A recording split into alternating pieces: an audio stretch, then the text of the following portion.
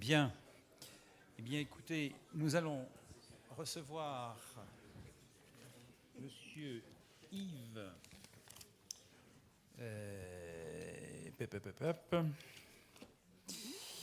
Hubelmann, Monsieur Yves Hubelmann, qui est architecte de formation et qui va nous présenter une visio sur son expérience avec des drones sur des sites archéologiques dans le Moyen-Orient, essentiellement, en Iran, en Syrie et en Afghanistan.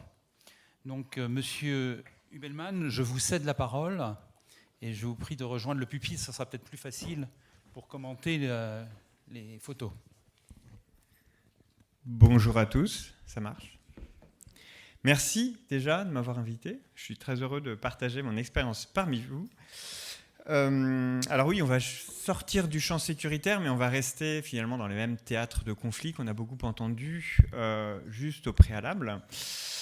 Alors je vais commencer par vous raconter une histoire. Enfin, c'est l'histoire du premier drone civil qui a été amené en Afghanistan.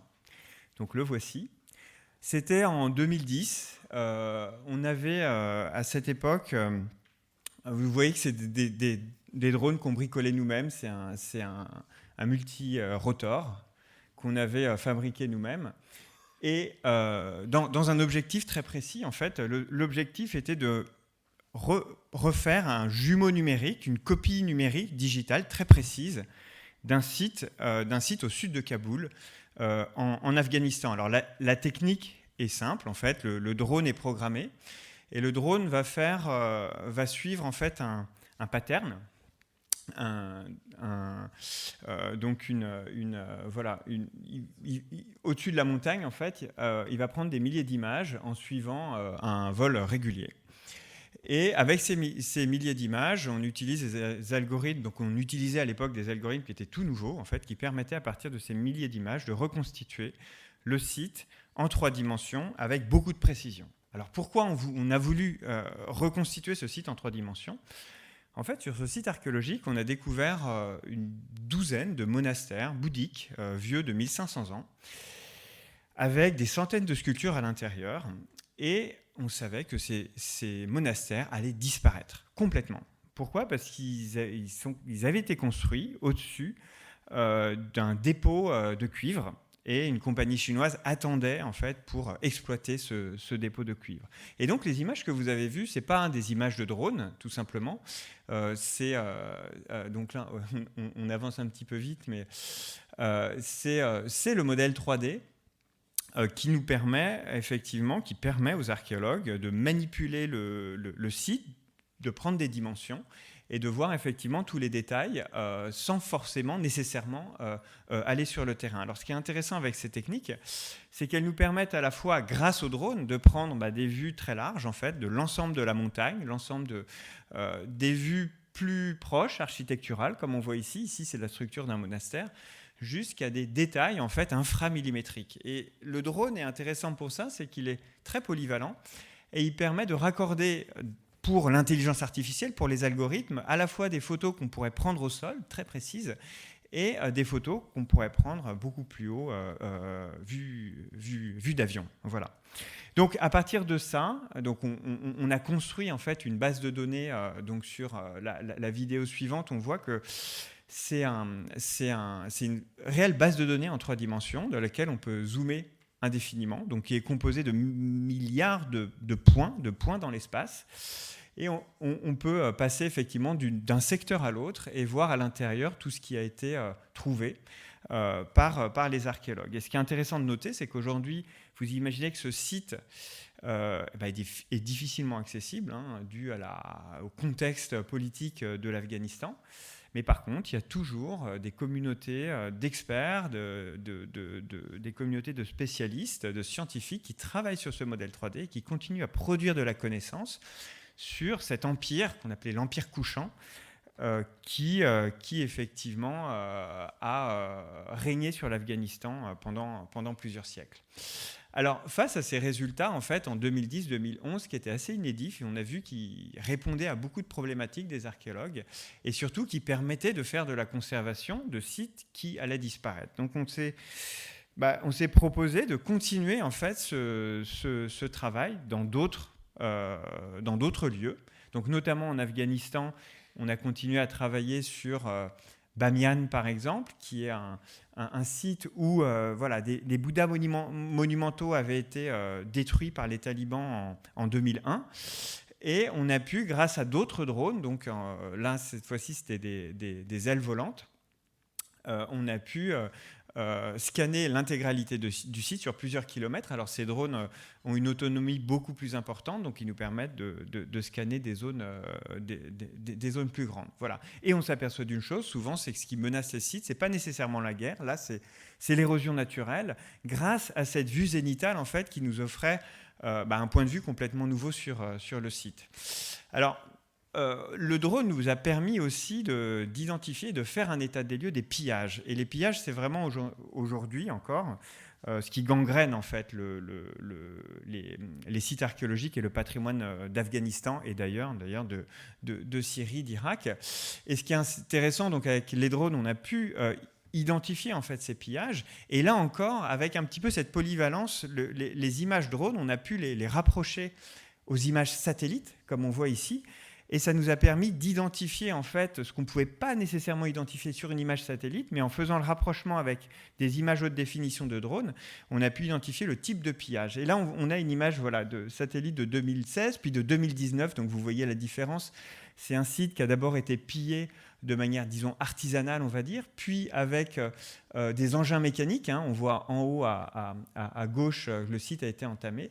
Et plus récemment encore, le site a été complètement bulldozé, en fait, récemment. Donc là, on est en 2021. Donc, ce suivi, en fait, visuel, il est fondamental. Donc, il est permis par les drones, il est permis aussi par les satellites, et il permet pour nous, en fait, les spécialistes, les experts du patrimoine, d'avoir une vision quasiment en temps réel, en fait, de la destruction du patrimoine. Donc d'Afghanistan, après, on a commencé à travailler en Syrie. On se souvient tous de la destruction massive, en fait, de Palmyre. Voilà, ça c'est le site de Palmyre avec le temple de Bel qui a été détruit. Et on a pu, avec des images anciennes, cette fois-ci, reconstituer le temple qui a été détruit. Donc en utilisant les images de drone, en utilisant les images d'archives, on arrive à recréer aussi des paysages qui ont disparu. On peut même jusqu'à reconstituer, en fait, là c'est l'Arche monumentale de Palmyre, grâce à aussi des algorithmes 3D, en fait, les monuments qui sont détruits pierre par pierre quasiment. Voilà. Donc, l'évolution de ces machines nous ont aussi permis, donc c'est surtout l'autonomie de ces machines, nous ont permis aussi d'investir des champs plus complexes en fait, de l'étude patrimoniale, et notamment des centres historiques urbains. Alors là, vous avez une image de la ville d'Alep. On a pu scanner l'intégralité du centre historique d'Alep, qui est un centre très important du point de vue du patrimoine de l'humanité, qui a été intégralement bombardé, bombardé en tout cas dans ses parties les plus anciennes. Pourquoi ? Parce qu'à Alep, il y avait beaucoup de souks et on avait effectivement des factions armées qui pouvaient se cacher beaucoup plus facilement dans les souks, donc de la ville ancienne. Donc les souks ont été énormément bombardés. Et qu'est-ce qui se passe justement quand une ville a été bombardée et que le conflit du coup s'arrête en fait? Donc il y a toute une population qui revient pour réinvestir les centres-villes. Et c'est là finalement qu'une deuxième phase de destruction arrive, c'est que les gens commencent à déblayer, à détruire les ruines et à reconstruire des monuments neufs avec des techniques nouvelles. Et c'est là qu'on perd vraiment l'authenticité historique en fait d'un centre urbain. Donc c'est pour ça que ces techniques de scan nous ont permis de conserver en mémoire, même juste après la destruction, beaucoup de monuments qui aujourd'hui ne sont plus visibles. Donc ça, c'est le modèle 3D du centre-ville d'Alep. Et ce qu'on a fait aussi sur Alep, on a contacté un photographe, Yann Arthus Bertrand, qui avait fait, lui, des photos d'Alep aériennes avant le conflit, avant les destructions. On a pu utiliser ces photos. Alors là, c'est par hélicoptère, c'est pas par drone, donc c'est un petit peu moins précis. Mais ça nous a permis de reconstituer l'environnement en 3D et de comparer en fait ce qui avait été détruit pendant justement ces bombardements.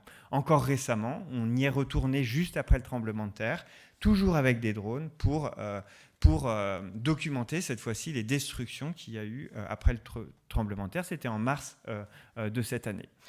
Alors Alep, là on est sur un autre site, une autre ville, alors qu'on ne voit pas parce qu'elle est derrière la colline, c'est la ville de Mossoul, qui était donc la capitale de l'État islamique pendant plusieurs années. Alors on savait qu'on ne pouvait pas y aller, là c'était pas négociable. Par contre, ce qu'on a négocié, c'est que les Peshmerga qui combattaient l'État islamique nous ont amenés donc sur la ligne de front. Et on est venu sur la ligne de front avec ce type de drone longue distance. Donc vous avez une antenne ici qui communique avec... donc ça, c'est des drones qui sont couramment utilisés par les militaires, que nous, on utilise assez rarement finalement. Donc ce drone est à 50 km de l'antenne et on voit en temps réel effectivement la ville en fait qu'on scanne à distance. Alors ça, c'est une vision de la ville de Mossoul, du coup, avant le bombardement. Donc le bombardement des Alliés. On savait que ce bombardement allait venir, on savait que ce bombardement allait être très destructeur pour le centre historique de Mossoul, parce que c'est là qu'étaient effectivement les combattants de Daesh, mais on a pu en garder finalement le dernier témoignage grâce à ces drones longue distance. Alors Mossoul, on y est retourné après cette offensive massive avec une mission UNESCO en utilisant d'autres drones, donc cette fois-ci sur place, des drones plus précis qui volent moins haut, pour en documenter effectivement l'état détruit. Alors ce qui est intéressant, c'est qu'on peut superposer, là encore, l'état d'avant la destruction et l'état d'après la destruction pour voir exactement ce qui a été détruit. Et ce qu'on voit sur la vidéo suivante, enfin voilà, ça c'est par exemple la mosquée Al-Nouri, principale mosquée de la ville, donc qui a été détruite par Daesh, qui n'a pas été détruite par les bombardements. Donc on produit voilà, ce type de documents. Donc là encore, c'est des milliards de points qui reconstituent de dizaines de milliers de monuments historiques en état de dégradation. Certains sont à peu près conservés, d'autres sont complètement détruits. Mais c'est sur la base d'un document comme ça que l'UNESCO a pu travailler sur une stratégie générale de la restauration de ce centre urbain en établissant des priorités. Certains monuments ont une qualité patrimoniale exceptionnelle, sont extrêmement fragilisés. C'est eux qu'il faut consolider tout de suite, le plus vite possible. Voilà, d'autres bâtiments sont mieux conservés. Donc avoir cette vision générale, ça a été essentiel pour mener à bien la restauration du centre-ville de Mossoul, qui est actuellement en cours, notamment cette mosquée, la mosquée Al-Nouri, qui est actuellement restaurée par les équipes de l'UNESCO. Voilà. Alors, ces documentations, on peut en faire des plans, on peut en faire des lignes de niveau. On l'utilise pour l'urbanisme, on l'utilise pour le cadastre aussi, le cadastre de Mossoul qui a été brûlé pendant aussi les bombardements. Donc, cette vision globale, à l'échelle justement post-catastrophe, post-bombardement, en fait, finalement, aide toute une communauté d'experts, justement, à mieux restaurer ces sites. Là, un autre exemple, donc c'est la ville de Beyrouth. Alors, cette fois-ci, c'était l'explosion du port qui a endommagé plusieurs centaines de palais beyrouthins. Qui avaient des structures en bois très fragiles, et en quelques semaines, donc après le relevé, on a pu identifier tous ces palais en fait qui avaient été partiellement détruits par l'explosion. Là, un autre théâtre dont on a parlé, donc le Haut-Karabakh, effectivement, donc après l'offensive de 2020, en fait, il y a un traité, un accord qui a été signé.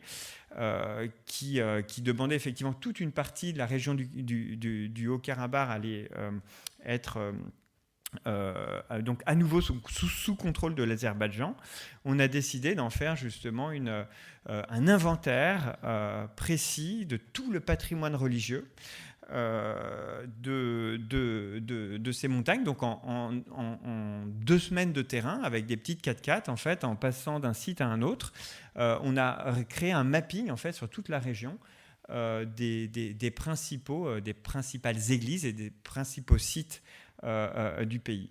Donc aujourd'hui, on est une petite société, on est une vingtaine de personnes, donc basées à Paris, et on construit depuis donc un peu plus de 10 ans une espèce d'archive numérique de la mémoire, enfin des mémoires de l'humanité, là où cette mémoire est la plus fragilisée.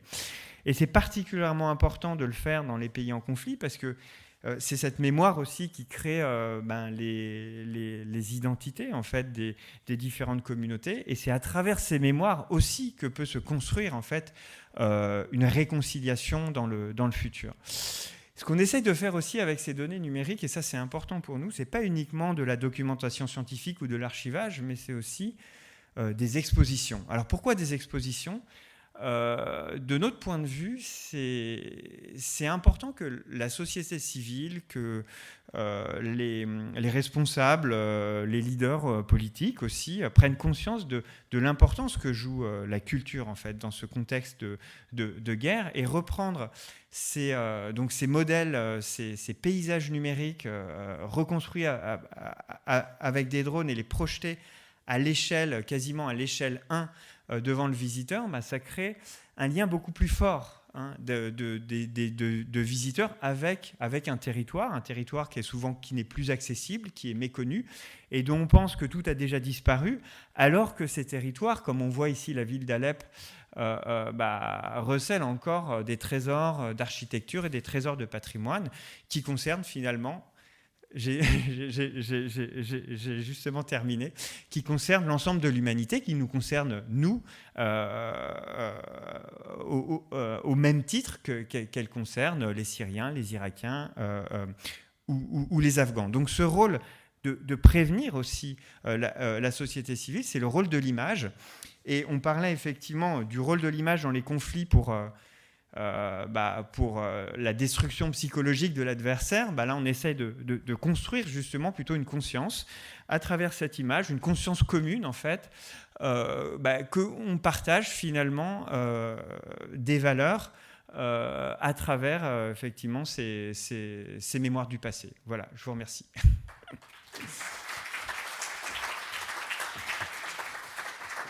Monsieur Hubelmann, on vous remercie beaucoup pour cette intervention très culturelle qui nous montre